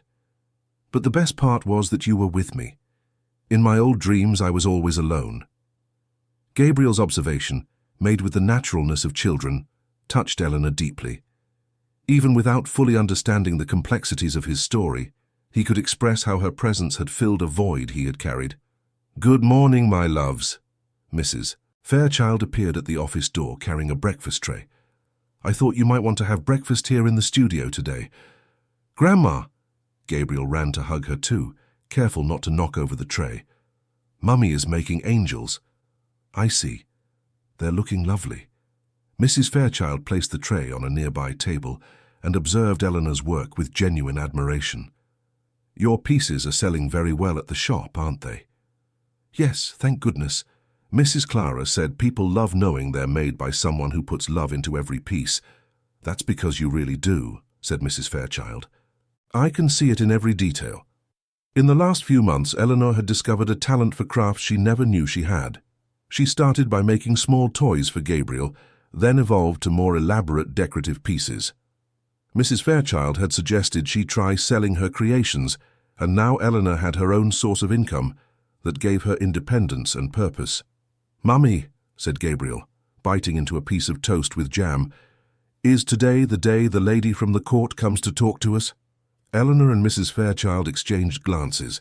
The social worker responsible for the case would be making her monthly visit that afternoon, part of the process of regularizing Gabriel's documentation. "Yes, it is, my love. Mrs. Letitia is visiting us." "She's nice," Gabriel said without concern. "She always asks if I'm happy, and I always say I am." "And are you happy?" Eleanor asked, though she already knew the answer. "Very, very, very happy." Gabriel smiled in that way that lit up any room. "I was thinking yesterday, you know, Mummy." "What were you thinking about?" "That I'm very lucky." "Why?" "Because I have 2 mums who love me. Isabella, who is in heaven looking after me from there, and you who are here looking after me up close, and I still have Grandma Victoria who looks after both of us." The simplicity and wisdom of Gabriel's words moved both women. He had found his own way to honor his complex history, integrating all parts of his life into a positive narrative. "You really are very lucky," Eleanor agreed, kissing his forehead, and we are lucky to have you." The rest of the morning passed in the quiet routine they had established. Gabriel helped Eleanor paint the small sculptures, making funny comments about each piece. Mrs. Fairchild took care of some phone calls related to the family business, but always kept a listening ear to the conversations and laughter coming from the studio. In the afternoon, when Letitia Morgan, the social worker, arrived for her monthly visit, she found a completely integrated family. Gabriel was playing in the garden while Eleanor and Mrs. Fairchild prepared a snack in the kitchen, talking about plans for his upcoming birthday. "Good afternoon," greeted Letitia, a 40-year-old woman with a genuine smile and perceptive eyes that seemed to see beyond appearances. "Mrs. Letitia." Gabriel abandoned his toys and ran to greet her. It was always like this. He received the social worker as if she were an old family friend. "Hi, Gabriel, how are you?" "I'm great. Do you want to see the castle I built with blocks?" "Of course I do." Letitia followed Gabriel to the garden, where he had built an elaborate structure with building blocks. As he explained every detail of his creation, she discreetly observed the interaction between him and the two women who now formed his family. "This tower here is where Mummy works making beautiful things," Gabriel explained, pointing to a section of the castle. "And this is where Grandma takes care of the family's money, and this one here in the middle is where we all gather to talk about important things." "How clever! And where are you in this castle?" "Everywhere, because family is where everyone is together." Letitia smiled, making discreet notes on her clipboard. In 6 months of following this unconventional family, she had witnessed one of the most positive transformations of her career. "Gabriel," she said, "can I talk to you alone for a little bit?" "You can, but can they stay close? I don't like it when I can't see them." "Of course, they can sit over there on the bench very close." Gabriel waved to Eleanor and Mrs. Fairchild, who sat on a nearby bench, close enough for him to feel safe, but far enough for him to have a private conversation with the social worker. "Gabriel, do you remember the first time we talked?" Letitia asked. "I remember. I was angry and didn't want to talk to anyone." "And how do you feel now?" "Happy, very, very happy." Gabriel thought for a moment. "You know, Mrs. Letitia, before I had a hole inside. Here," he said, pointing to his chest. "A hole that hurt and made me angry, but now the hole is gone." "What made the hole go away?" "Mummy. When she arrived, it was like she brought a special medicine that healed the hole." "And Grandma Victoria? How do you feel about her?" "Grandma always took care of me, but before she was sad too. Now she laughs a lot, plays with me, and doesn't have those wet eyes she used to have." Letitia glanced in Mrs. Fairchild's direction, who was talking softly with Eleanor. It was impossible not to notice how the woman had changed in recent months. The rigidity and sadness she had carried at the beginning had given way to a softness and joy that rejuvenated her entire demeanor. "Gabriel, if you could change anything in your life, what would it be?" Gabriel thought seriously for a moment. "I wish Daddy Richard and Mummy Isabella could have met Mummy Eleanor. I think they would have liked her a lot." The answer showed an impressive emotional maturity for a 4-year-old. Gabriel had managed to integrate all parts of his history without creating conflicts or resentments. "Anything else?" "I'd like a little brother," Gabriel said with a mischievous smile. "But Mummy said those things happen when the time is right." After her conversation with Gabriel, Letitia met with Eleanor and Mrs. Fairchild in the living room for the formal interview. "How do you evaluate these past 6 months?" she asked. "They've been the best months of my life," Eleanor replied without hesitation. "Seeing Gabriel flourish, building this relationship with Mrs. Fairchild, finding my place in this family. It's been an incredible journey." "And you, Mrs. Fairchild?" "In the beginning, I confess I was terrified. Losing Gabriel seemed worse than death. But Eleanor showed me that family isn't a competition, it's a collaboration. Today, I can't imagine our family without her." "And what about the practical aspects? Finances, responsibilities, decisions about Gabriel?" "We share everything," Eleanor explained. "Mrs. Fairchild mainly handles the financial and bureaucratic issues. I handle more of the day-to-day and emotional needs, but all important decisions are made together." "Are there conflicts?" "Of course," laughed Mrs. Fairchild. We are two women with different personalities and histories raising a child together, but we've learned to talk, to negotiate, to find solutions that work for everyone. Can you give me an example? Eleanor and Mrs. Fairchild looked at each other, smiling. Last week we had our first serious conflict, Eleanor recounted. Gabriel wanted to go to a birthday party where several children had colds. I thought he should go because it's important for his socialization. Mrs. Fairchild thought it was better not to risk him getting sick. How did you resolve it? We called the birthday child's mother and asked for details about which children were sick and the severity of their symptoms, Mrs. Fairchild continued. Then we talked to Gabriel about the risks and let him participate in the decision. He chose to go to the party, but to stay for only 2 hours and avoid close contact with the children who were coughing. And did it work? Perfectly, smiled Eleanor. Gabriel had fun, didn't get sick, and even learned about making responsible decisions by considering different perspectives. Letitia nodded, making more notes. And what about the legal process? How is it progressing? Mr. Harrison said it should be finalized in the coming weeks, Mrs. Fairchild replied. Gabriel's documentation will be rectified to show Eleanor as the biological mother, and we will officially establish our joint custody. Are you prepared for possible future complications? What if Gabriel wants to know more details about his story when he grows up? We are committed to age-appropriate transparency, said Eleanor. Gabriel already knows the basics, that there was a mistake at the hospital that separated us when he was a baby, that he lived with other people who loved him very much, and that now we are together again. When he asks more specific questions, we will answer honestly. And what if he wants to look for information about Dr. Sinclair or others involved in the scheme? We will support any search he wants to undertake as an adult, replied Mrs. Fairchild. But we will also make it clear that we will not allow curiosity about the past to harm the happiness of the present. After Letitia left, the family gathered in the kitchen for dinner. Gabriel, as always, insisted on helping to set the table, distributing the plates with the seriousness of someone on an important mission. Mrs. Letitia seemed happy with us, he commented as he placed the napkins. You think so? Asked Eleanor. I think so. She was smiling a lot and writing good things on her paper. When people write bad things, they frown. Gabriel's sharp observation made the two women laugh. You're getting very clever, said Mrs. Fairchild, affectionately ruffling his hair. Mummy teaches me to observe people, Gabriel explained.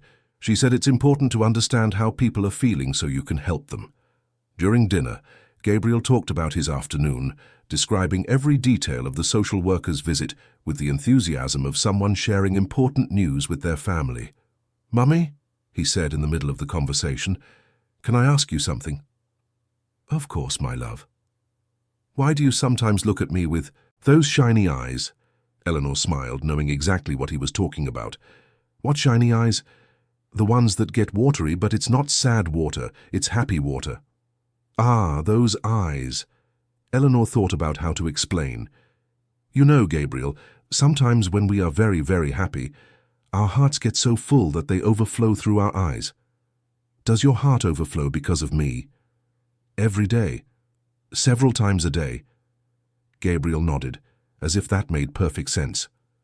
Mine overflows too, for both of you.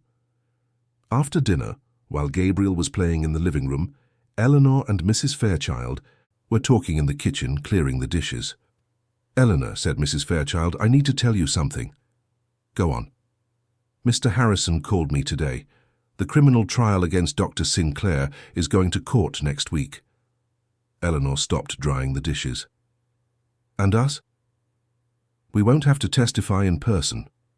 Our written statements were considered sufficient, but the outcome might bring more media attention. Are we prepared for that?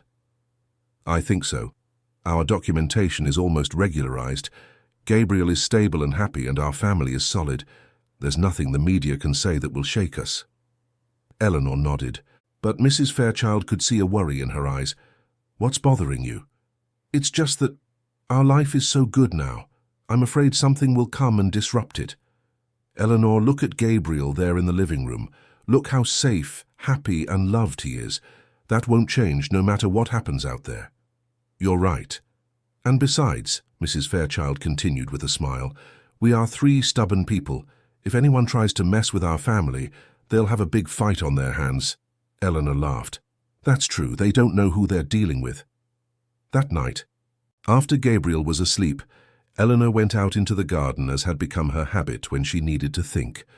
Autumn had brought a melancholy beauty to the garden, with golden leaves covering the ground like a natural carpet. She was contemplating the full moon when she heard footsteps behind her. It was Gabriel, barefoot and in his pajamas. "My love, why aren't you sleeping?" "I had a dream and woke up." "But it wasn't a bad dream," Gabriel explained, running into her arms. "I dreamed there were a lot of children here at home and they all called me Big Brother." Eleanor hugged him, feeling his small, warm body against hers. "What an interesting dream." "Mummy, do you want to have more babies?" The question, asked with all the innocence in the world, made Eleanor's heart race. "Why are you asking that?" "Because I would really like to have little brothers and sisters, and you would be a very good mummy to them too." Eleanor thought carefully about her answer.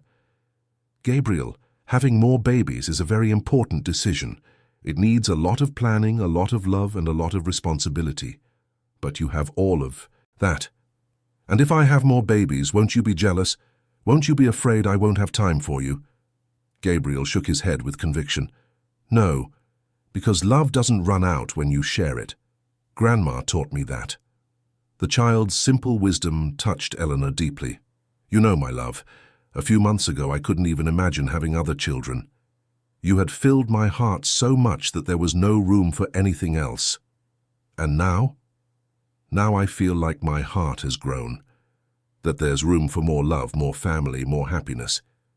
So you'll want to?" "Maybe, when the time is right." Gabriel smiled and snuggled closer to her. "The right time will be when a good daddy shows up for us, right?" The observation made Eleanor laugh. "You've thought of everything, haven't you?" "I think a lot. Grandma said you deserve a beautiful love, someone who takes care of you like you take care of me." "Grandma said that?" "She did, and I agreed. You deserve someone who makes your eyes shine like me and Grandma do." Eleanor kissed Gabriel's forehead, once again marveling at the emotional depth of this 4-year-old boy. "Come on, young philosopher, time to go back to bed." "Can I sleep with you tonight?" "Yes, you can." They walked back to the house hand in hand, under the silvery light of the moon that illuminated the garden like a magical stage. In Eleanor's room, Gabriel snuggled up to her with the confidence of someone who knows they are safe and loved. "Mummy," he murmured, already sleepy. "Thank you for finding me." "Thank you for waiting for me," she replied, stroking his hair. "I always knew you would come, I always knew." "How did you know?" "Because a mummy's love is stronger than anything. Stronger than lies, stronger than distance, stronger than time." Gabriel fell asleep with a smile on his face, nestled in the arms of the mother who had searched for him without knowing he was alive, and Eleanor stayed awake for a long time, reflecting on her son's words and on how life can surprise with twists that turn tragedy into a miracle. Outside, the autumn wind swayed the trees in the garden, as if nature itself were dancing in celebration of this family that had been born from the ashes of pain and strengthened through unconditional love. The following week, Dr. Sinclair was sentenced to 15 years in prison for child trafficking, forgery of documents, and criminal conspiracy. The news was in all the papers, but in the Kensington mansion, the family just quietly celebrated the fact that justice had been served, without it affecting the peace they had built together. Gabriel, oblivious to the legal complexities, continued to be simply a happy child who knew exactly where he belonged, in the arms of a mother who never gave up looking for him, and in the heart of a grandmother who learned that true love always finds a way to multiply, never to diminish. 2 years had passed since Eleanor's arrival at the Kensington mansion, and the spring of 2027 brought with it transformations that none of the 3 people in that special family could have imagined. Gabriel, now 6 years old, was about to complete his first year of school, and his development surprised everyone who knew him. On that sunny October morning, the house was in celebration. It was Gabriel's birthday, and for the first time since they had met, Eleanor and Mrs. Fairchild organized a grand celebration, inviting school friends, neighbors, and a few friends they had made over these years of rebuilding. "Mummy, can I help decorate the cake?" Gabriel asked, bouncing on his tiptoes to reach the kitchen counter, where Eleanor was putting the final touches on the chocolate cake she had made especially for him. "Of course, my prince. Get that little chair over there," she said, pointing to a stool that Mrs. Fairchild had bought specifically for moments like this. Gabriel climbed onto the chair with the agility of someone who had done it hundreds of times and looked in awe at the three-tiered cake, decorated with small airplanes and whipped cream clouds. "It's so beautiful. It's the most beautiful cake in the world." "You think so? I thought maybe it would be better with some firefighters down here, since you've been fascinated with fire engines lately." "No need, Mummy. It's perfect like this. When my friends see it, they'll be so jealous." Eleanor smiled, kissing her son's forehead. In the last 2 years, Gabriel had become a sociable and confident child, making friends easily both at school and in their building, where some families had become very close. It was a dramatic change from the withdrawn and aggressive boy she had first met. "Good morning, birthday boy." Mrs. Fairchild entered the kitchen carrying a pile of colorful presents. "Some neighbors have already left presents at the gate. Mrs. Carmen said she can't come to the party, but she insisted on sending this blue package for you." "Grandma Victoria!" Gabriel jumped off the chair and ran to hug her. "Look at all the presents." "That's because you are very loved, my little grandson. Very loved indeed." The relationship between Gabriel and Mrs. Fairchild had evolved into something even more special in these 2 years. She had transformed into the dedicated grandmother she always had the potential to be, and Gabriel treated her with a genuine affection that warmed the heart of anyone who witnessed their interactions. "Gabriel, why don't you go get ready for the party? Your friends will be here in an hour," Eleanor suggested. "Can I wear the new shirt Grandma bought me?" "Yes, you can.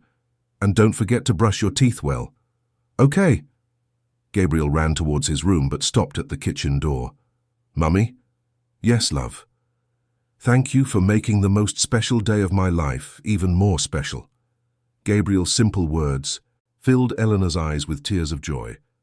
"Thank you for existing, my boy." After Gabriel went upstairs, Eleanor and Mrs. Fairchild continued the party preparations in comfortable silence. They had developed an impressive domestic synchronicity, each instinctively knowing what the other needed without many words. "Eleanor," said Mrs. Fairchild as she arranged the last decorations, "I need to tell you something." "Good or bad?" Eleanor asked, knowing well the nuances in the voice of the woman who had become her great life partner. "Good. Very good. Mr. Harrison called last night.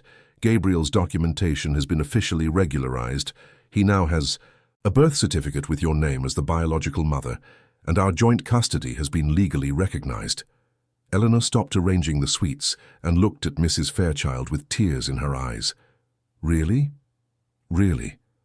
After 2 years, it's finally all official. Gabriel is officially your son, and I am officially recognized as his responsible grandmother. We are a legal family in the eyes of the law."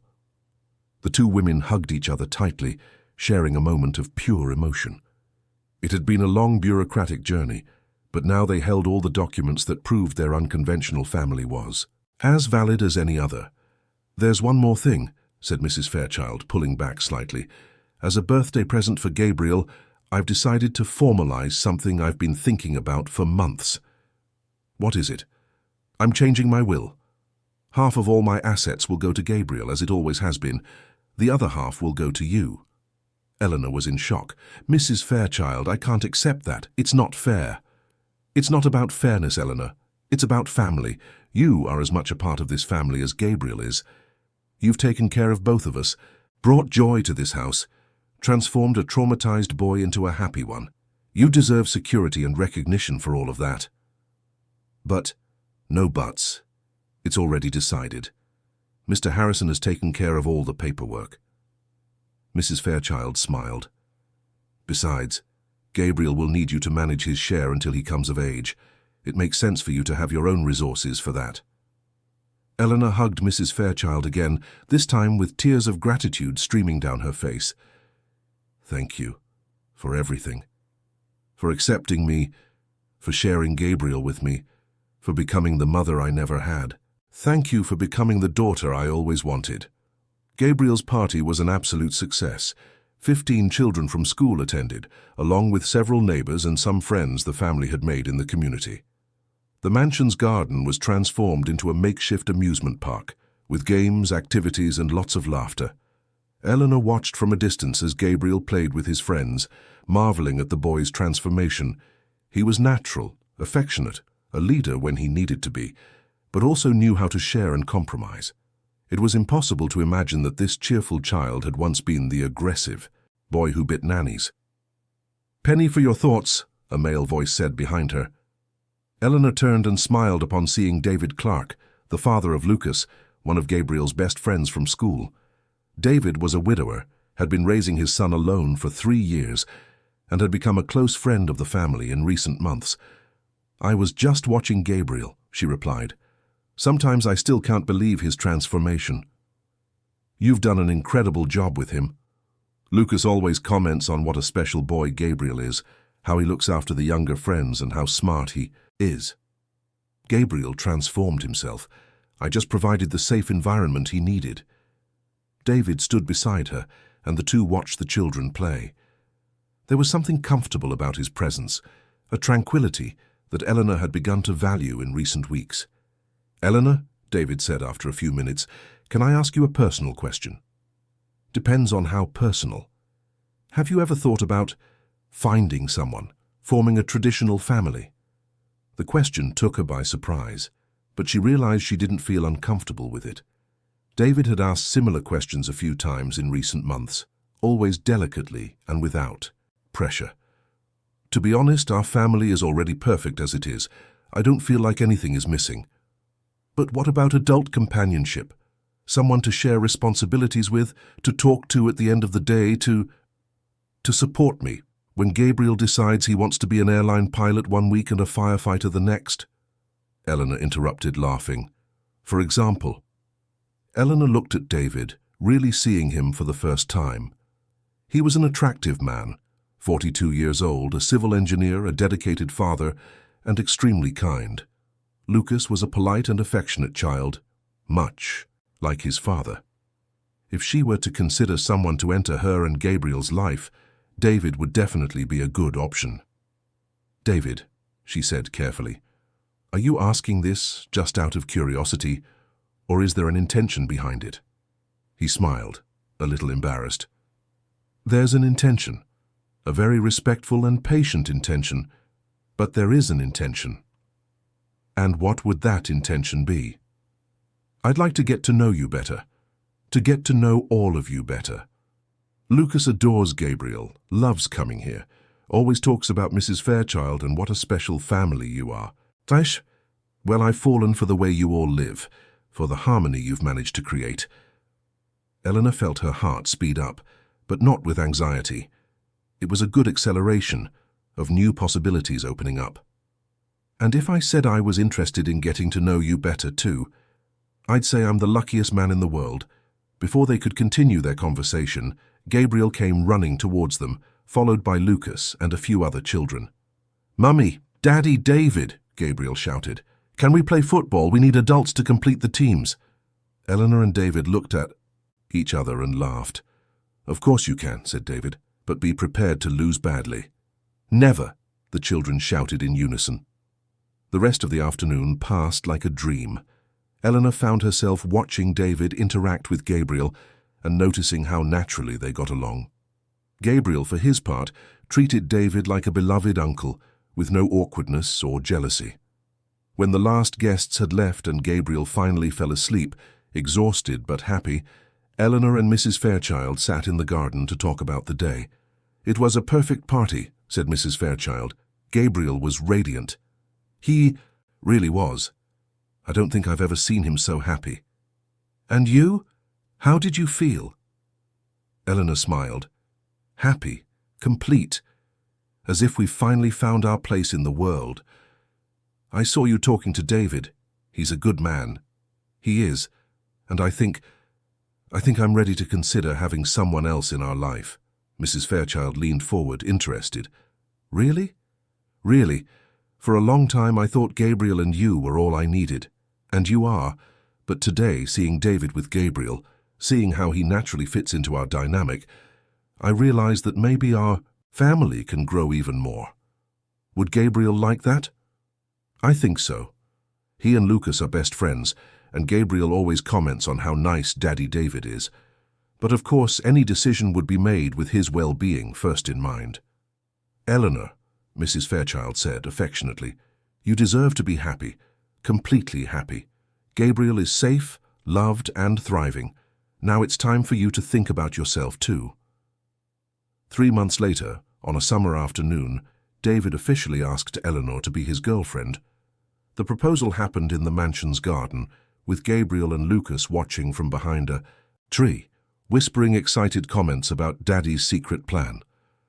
Eleanor Scott, David said, holding her hands, I would very much like to be an official part of your family, not to change it or compete with it, but to add to it, to grow together. David Clark, Eleanor replied with tears in her eyes, our family would be very honored to have you as a part of it. Gabriel and Lucas ran out from behind the tree, shouting as if they had just witnessed the most exciting thing in the world. Now we're going to be a giant family, Gabriel shouted. Me, Mummy, Grandma, David, and Lucas. And don't forget Grandma Celeste, Lucas reminded him, referring to David's mother, a sweet 70-year-old lady who had fallen in love with Gabriel from their first meeting.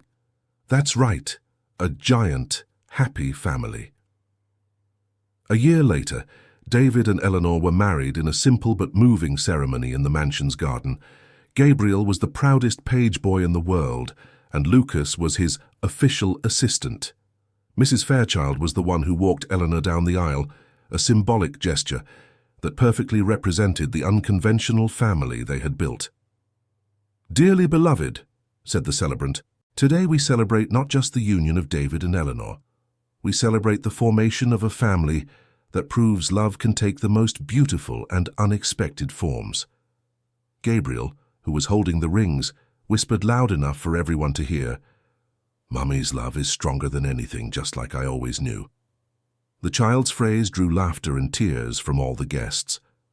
2 years after the wedding, on a sunny March morning, Eleanor discovered she was pregnant. When she told Gabriel, now 9 years old and full of big brother responsibilities, he simply hugged her and said, I knew you'd want more babies. Your heart is too big for just one child. The baby, a girl named Sophia, was born surrounded by more love than any child could ask for. Gabriel became the most protective and caring brother in the world. Lucas took on the role of older cousin. Mrs. Fairchild became the doting grandmother par excellence, and David proved that fatherly love doesn't need genes to be true and profound. At Sophia's first birthday party, Gabriel gave a speech that moved everyone. Everyone, he said, climbing onto a chair to be taller. I want to say something important. Sophia is the most beautiful little sister in the world, and I want everyone to know that our family is special. Why is it special, Gabriel? Asked Grandma Celeste. Because we prove that a family doesn't have to be like everyone else's to be happy. We have a biological mum, a heart dad, a grandma who became a mum, a grandma who became a friend, a brother who was a friend, and a little sister that everyone loves. And you know what else? What? Several voices asked at once. Everyone here chose to love each other. It wasn't an obligation. It was a choice. And a choice of love is the strongest thing in the world. Eleanor looked around the garden table, seeing all those people who had become her family in such different and unexpected ways. Gabriel, her son she had lost and found again. Mrs. Fairchild, who had transformed from a stranger into an adoptive mother. David, who had arrived as a friend and become the love of her life. Lucas, whom she had gained as a stepson and loved as her own. Sophia, who had grown in her womb surrounded by so much love she seemed to glow from birth. And Grandma Celeste, who had completed the family puzzle perfectly. Gabriel is right, she said, standing up with Sophia in her arms. Our family is special because each of us chose to be here, chose to love, chose to build something beautiful from stories that began with pain and separation. And now? Asked David, hugging Gabriel and Lucas. Now we live happily ever after, Gabriel replied with all the conviction of his 9 years. Like in the stories of princes and princesses, but better. "Why better?" asked Mrs. Fairchild. "Because our story is real." That night, after all the children were asleep, the adults gathered on the veranda to talk about the years that had passed since that first traumatic encounter between Eleanor and Gabriel. "Sometimes I still can't believe we've come this far," said Eleanor, nursing Sophia, who had woken up crying. "I can," said David. "From the first day I met Gabriel, I knew there was something special about that family, something I couldn't explain, but that drew me in." "It was love," said Mrs. Fairchild simply. "The love that resisted separation, that overcame lies, that transformed tragedy into a miracle. That kind of love has an energy of its own. People feel it. And now we have a life that surpasses any dream I could have had," said Eleanor. "I have my son back. I gained a mother in my heart, a wonderful husband, another son to love, a daughter who is pure joy, and a family that proves happy endings exist." "Happy endings exist for those who don't give up looking for them," David corrected. "And for those who understand that family is a choice renewed every day," added Mrs. Fairchild. Sophia fell asleep in Eleanor's arms, and the tranquility of the moment brought a sense of absolute fulfillment to everyone there. "You know," Eleanor said softly so as not to wake the baby, "Gabriel told me something the other day that made me think a lot." "What did he say?"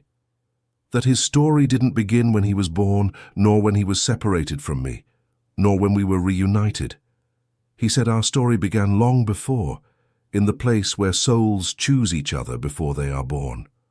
"What a wise boy," smiled David. "He said he chose to be my son before coming to this world, chose Mrs.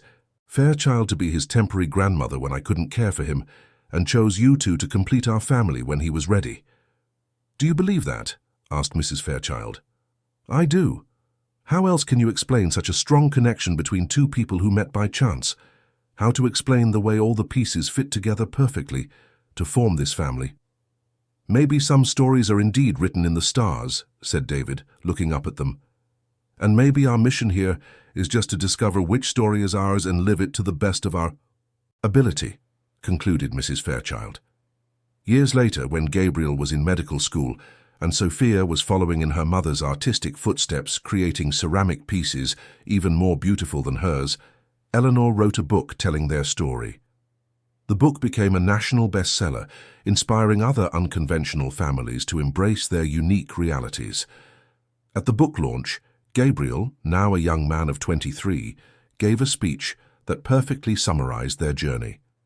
"My story begins with a terrible separation and a cruel lie, but it is also a story of love that overcomes any obstacle, of a family that rebuilds itself in unexpected ways and of hope that never dies. My mother looked for me without knowing I was alive. My grandmother loved me even knowing I was not her blood grandson. My father chose to love me as his own son. My brother made our childhood more fun. My sister brought even more joy to our home. And all together we proved that there is no one right way to be a family. There is only the way that works for each one, built with love, respect, and dedication." Eleanor, in the front row of the auditorium, cried with pride seeing the incredible man her son had become. Beside her, Mrs. Fairchild held Sophia, now a 15-year-old teenager, and David hugged Lucas, who had graduated as an engineer like his father and worked in the family business. "Mum," whispered Sophia, "one day I want to write about our family too." "And what would you write?" "That the love in our family is so big it overflows to everyone who knows us. That's why we have so many friends, so many people who feel good in our home, so many families who ask you for advice. And you think that's a good thing? I think it's great. I think our mission is to show the world that a happy family is possible, even when it starts out difficult." That night, returning home after the book launch, the whole family gathered in the mansion's garden where it all began. Gabriel told funny stories from university. Sophia showed her latest artistic creations. Lucas talked about projects at the company. Mrs. Fairchild shared memories of her grandchildren. And David and Eleanor just watched, hand in hand, the beautiful family they had built together. "Gabriel," said Eleanor when the night was late, "do you remember what you felt before we were reunited?" "I remember. It was like there was a hole inside me, like a very important piece was missing." "And now?" Gabriel looked around, seeing all those beloved faces illuminated by the soft light of the garden. Now I feel like nothing is missing, that we are complete, that our story had the ending it was destined to have from the beginning. And what ending is that? Unconditional love, true family, happiness that multiplies instead of divides. Gabriel smiled.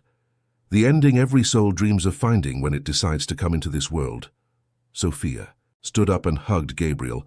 "Thank you for choosing me to be your sister. Thank you for choosing us to be your family," he replied, including everyone in the hug. And there, in that garden where a traumatized child had found his lost mother, where a grieving grandmother had discovered that love multiplies, where a widowed man had found a new chance to love, and where a woman who thought she had lost everything had discovered she still had a whole life to live, the perfect and improbable family celebrated another night of love, gratitude, and fulfillment. Because in the end, they discovered that life is not about following a predetermined script, but about writing a unique story with the people we choose to love and who choose us back. And when that happens, when we find our true tribe, no matter how unconventional it may be, we have everything we need to be completely happy.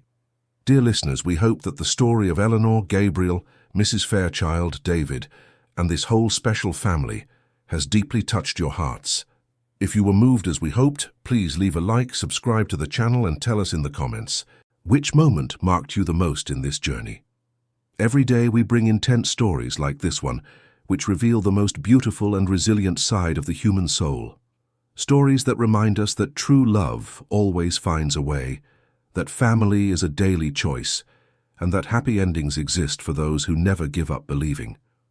We look forward to seeing you in the next episode, where once again we will dive into the deepest emotions that make us human. Until then, remember, you also deserve a beautiful story like this one.